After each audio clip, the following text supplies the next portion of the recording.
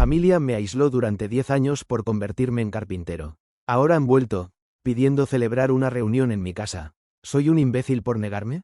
Finalmente aparecieron en mi nueva residencia después de estar ausentes de nuestras reuniones familiares durante una década, tiempo durante el cual los había cortado.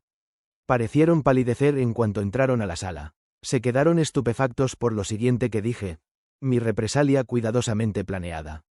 Sin embargo, el giro impactante de los acontecimientos ocurrió cuando revelé la información que demolió por completo su percepción de mí, así como todo lo que creían saber sobre nuestra historia.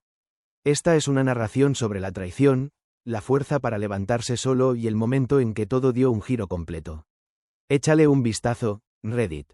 En el año 2000, estaba sentado en el porche de la casa donde había pasado mi juventud, viendo a mis padres y hermanos reír dentro, a pesar de que no había sido invitado a la cena de la reunión familiar. No había hecho nada malo, ninguna fechoría, ninguna traición, ningún drama. Simplemente, no me ajustaba a su idea de éxito. Mi hermana menor, Naomi, era la niña de oro y eligió una carrera en medicina, mientras que yo decidí seguir un camino diferente. Mi hermano mayor, Darren, se graduó en Derecho. Yo me convertí en carpintero. Me encanta la satisfacción de construir algo con mis manos, el olor a aserrín y el oficio en sí. Sin embargo, para ellos, yo era la vergüenza que evitaban mencionar en las reuniones familiares. Empezó con pequeñas cosas como cumpleaños ignorados, invitaciones tardías e indirectas sutiles sobre mi potencial. Un año, celebraron la reunión familiar anual sin siquiera informarme. No me enteré hasta que vi una foto en Facebook. Mi primo me había incluido en el grupo sin querer. Cuando llamé para preguntar, mi madre respondió con un suspiro. Pensamos que estarías demasiado ocupado o incómodo. Incomodidad. Yo era su hijo, su hermano, y de repente sentía que no encajaba. Intenté ignorarlo. Quizás tenían razón. Quizás solo yo lo notaba. Pero siguió sucediendo. Fotos subidas a internet a lo largo de los años. Me sacaban de los chats grupales. No me invitaban a las bodas. Dejé de llamar. No se dieron cuenta. Me mudé a un pequeño pueblo a 2 horas de distancia, y siendo la oveja negra, nadie sabía quién era yo. Me volqué en mi carpintería, y las cosas empezaron a cambiar lentamente. No fue de la noche a la mañana. Años de reparaciones, muebles a medida, una vida sencilla. Entonces, un día, el dueño de un hotel local me encargó el diseño y la construcción de interiores de lujo con temas únicos. El trabajo llamó la atención de revistas, redes sociales e incluso un breve anuncio de televisión. Durante 3 años, no solo fui estable, prosperé. Compré un terreno y construí mi casa ideal desde cero. Cada viga, cada panel, cada centímetro, mío, construido por mí. Durante esos años, no tuve ningún contacto con mi familia. No por rencor, sino por pura autoconservación. Sin embargo, vi las reacciones. Empezaron a darle like a mis artículos de negocios, dejando comentarios vagos como, orgullosos de ti. Como si eso compensara 10 años de exclusión. No respondí. Luego, 2 meses antes de Navidad, un mensaje de Darren de la nada. Algunos quieren saber si podrías organizar la reunión familiar este año. Tu casa se ve increíble en la tele. Después de 10 años de silencio, después de cortarme como una extremidad enferma, querían usar mi casa como telón de fondo para su reunión. Una petición casual, como si nada hubiera pasado. Sin disculpas, sin reconocimiento. No respondí. Hice algo mejor. La víspera de Navidad, justo después del atardecer, encendí el enorme árbol artesanal de mi sala de estar, horneé los pasteles de canela que solía hacer mi abuela y puse la mesa con la mejor vajilla. Invité a un hombre, el señor Hampton, el mejor amigo de mi abuelo fallecido. La única persona que me trató como familia cuando nadie más lo hizo. Nos sentamos, comimos e intercambiamos historias durante horas. Era tranquilo, sereno. Entonces, un golpe en la puerta. Abrí la puerta para encontrarme con toda mi familia. Mis padres, Darren, Naomi, sus cónyuges, incluso mis primos, todos de pie allí con un pastel comprado en la tienda.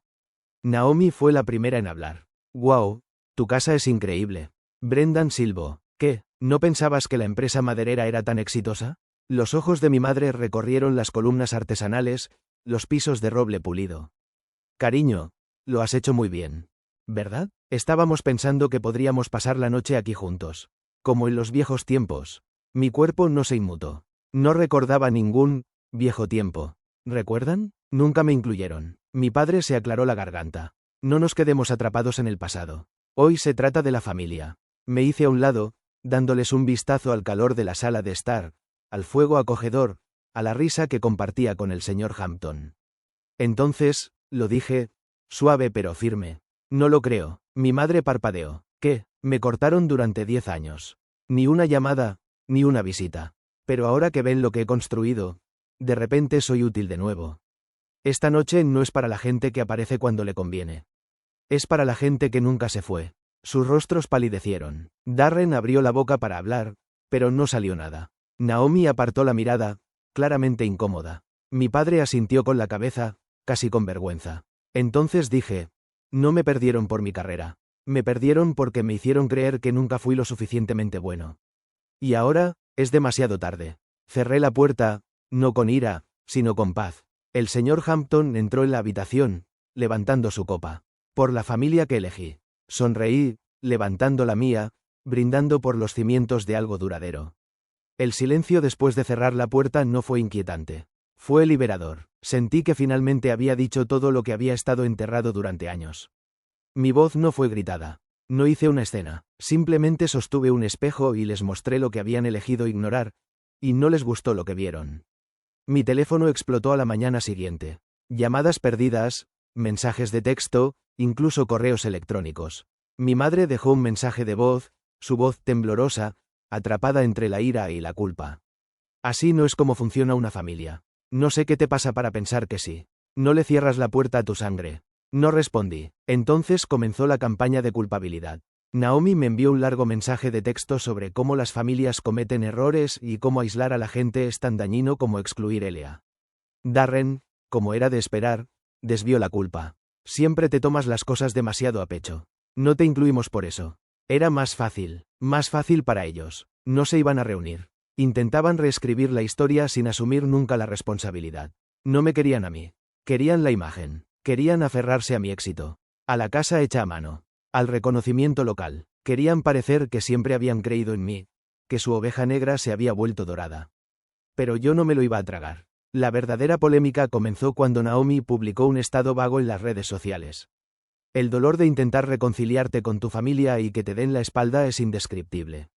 De repente, amigos que no sabían nada de la historia real empezaron a ofrecer sus condolencias. Lo ignoré hasta que mi tía, que había estado en un segundo plano durante esos 10 años, me envió un mensaje directo. Sé que esto debe ser difícil. Vi la publicación de Naomi, y aunque no voy a asumir nada, diré que tenías razón. Ese mensaje golpeó más fuerte de lo que esperaba. Me hizo cuestionarlo todo. ¿Había ido demasiado lejos? ¿Me había convertido en la persona que despreciaba? Pero entonces recordé los interminables cumpleaños solo, los mensajes dejados en visto, los años de ver a mi familia fingir que no existía. No sentía rencor, sentía alivio por haber dejado una carga que no era mía. Me concentré en la vida que había construido, en lugar de dejarme arrastrar de vuelta a su drama. Mi negocio floreció. Las entrevistas con los medios locales se programaron con meses de antelación. Empezaron a llamarme para dar charlas. No porque fuera llamativo, sino porque mi trabajo hablaba por sí solo. Incluso empecé a ser mentor de jóvenes de la comunidad a los que les habían dicho que no eran aptos para la universidad o el mundo empresarial. Vi una parte de mí en ellos. Callados, inadvertidos, decididos. Esa se convirtió en mi nueva familia. La que elegí, no la que me tocó. Mientras tanto, la familia que dejé atrás seguía implosionando. Naomi publicó otra actualización pasivo-agresiva sobre hermanos con derecho. Darren me envió un correo electrónico extenso en el que intentaba presentarse como el que siempre había intentado conectar conmigo. Y finalmente, mi madre recurrió a enviarme una tarjeta de Navidad con una nota escrita a mano. Si estás listo para volver a la familia, vuelve a casa. Pero yo ya estaba en casa. La casa que había construido con mis propias manos. Antes de continuar, recuerda suscribirte al canal. Nuevas historias reales todos los días. El mayor cambio llegó una noche, con un golpe en mi puerta. No de ellos. De alguien a quien no había visto en más de 15 años. Mi prima, Rachel, parecía mayor, cansada, pero firme. No vino con una disculpa ensayada. Vino con la verdad. Yo estuve allí, susurró. Vi lo que te hicieron todos esos años, y me quedé callada. No debería haberlo hecho. Nos sentamos durante horas. Me contó lo incómodo que fue para ella cuando me borraron. Cómo intentó hablar, pero le dijeron que se callara. Que yo había elegido aislarme. Y se lo creyó, hasta que empezó a dudarlo. Solo quiero que sepas que no te lo imaginabas, continuó. Te hicieron daño, y siento no haberte defendido. Ese momento, aunque no lo arregló todo, fue crucial. Demostró que no estaba solo, que alguien había visto la verdad, aunque hubiera guardado silencio. Los meses siguientes siguieron siendo de crecimiento. Personal, profesional, emocional. Ya no intentaba demostrar nada. Simplemente vivía según mis propios términos. Entonces, llegó un giro que no esperaba.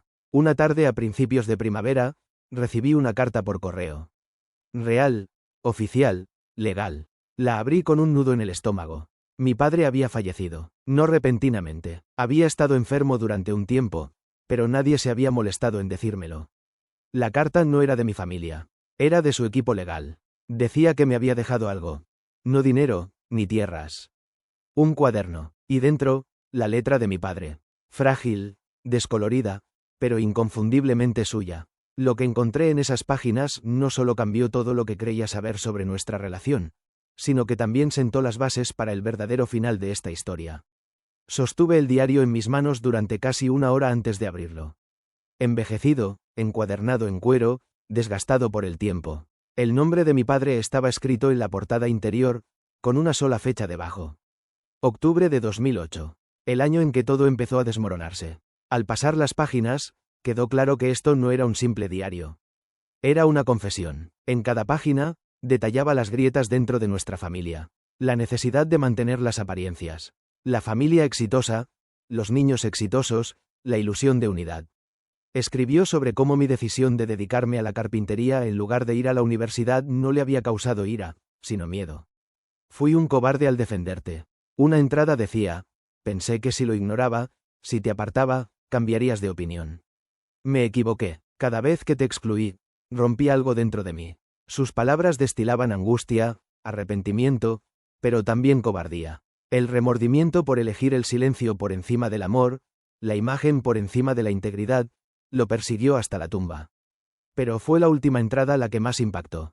Si estás leyendo esto, significa que me he ido. Y sé que no tengo derecho a pedirte nada. Pero mereces que te escuchen, por eso te dejo esto. Mereces algo mejor, y tienes derecho a decidir qué viene después. Esa línea resonó en mí durante días. No fui al funeral. Naomi se aseguró de publicar fotos en blanco y negro del evento en las redes sociales. Ella llorando con gafas de sol elegantes. Darren con el rostro sombrío en el podio. Era arte escénico, y yo no estaba interesado en participar. Pero tomé una decisión. Una semana después, envié una carta escrita a mano y sellada a la casa de mi madre. Dentro, una sola copia de la última entrada del diario de mi padre. Sin reproches, sin insultos. Solo la verdad que él había escondido durante casi una década. Debajo, añadí una frase propia. Me borraron durante una década. Quiero recordarles que nunca me fui realmente. Simplemente no miraron lo suficientemente bien. Ese debería haber sido el final. Pero la vida rara vez ofrece salidas limpias. 2 meses después, Naomi apareció en mi taller. Sin llamar, sin avisar. Simplemente entró como si no me hubiera bloqueado durante una década. Lo leí, dijo en voz baja. Levanté la vista de la silla en la que estaba sentado. No sabía que él se sentía así. Dejé la herramienta y me puse de pie. ¿Cambia eso algo para ti? Dudó, y ese silencio fue más revelador que cualquier otra cosa. No estoy aquí para pedir perdón, dijo. Estoy aquí porque creo que él quería que dejáramos de fingir que no somos. Que no somos, ya no quiero fingir, y no lo hizo. Me habló de los celos, de cómo yo parecía libre cuando ellos se sentían atrapados por las expectativas. De cómo mi ausencia les hacía sentir culpables, así que optaron por borrarme para acallarla. De cómo mi éxito me convertía en una amenaza, en lugar de un hermano. Lo admitió todo. Parecía que por primera vez, era real. No la abracé. No hubo una gran reconciliación. Simplemente escuché. Y cuando terminó, simplemente dije, aprecio la honestidad. No borra el pasado. Solo significa que podemos dejar de mentir al respecto. Asintió levemente. Creo que eso es suficiente. No nos hicimos cercanos después de eso, pero nos hicimos honestos. Y eso era más de lo que esperaba. Darren nunca volvió a contactarme, ni siquiera después de enterarse del diario. Como siempre, eligió el silencio, dejándolo proteger su orgullo. No busqué un cierre con él. Algunas personas solo entienden la pérdida cuando no les queda nada a lo que aferrarse. Yo ya había seguido adelante. El verdadero cierre llegó la Navidad siguiente. Esta vez, mi casa estaba llena. no de mi familia biológica, sino de la gente que se había convertido en mi círculo íntimo. Mi prima Rachel, el señor Hampton, los jóvenes aprendices a los que entrenaba, los vecinos que se habían convertido en familia. En los momentos tranquilos, me paraba junto al fuego, mirando la habitación que había construido con mis propias manos. Reíamos, comíamos, contábamos historias. Y en el silencio, pensaba lo mismo. Yo no era la oveja negra. Simplemente fui el primero en alejarse de la manada. Y al hacerlo, encontré algo mejor que la aceptación. Encontré la paz. Al final, no necesitaba su aprobación, ni sus disculpas, ni su aceptación. Había construido mi propia vida, ladrillo a ladrillo, rodeado de gente que me aceptaba por quien era. Y cuando llegó el momento, no tuve que gritarlo. Simplemente les mostré lo que habían elegido tirar. Esa fue mi venganza. Y fue suficiente.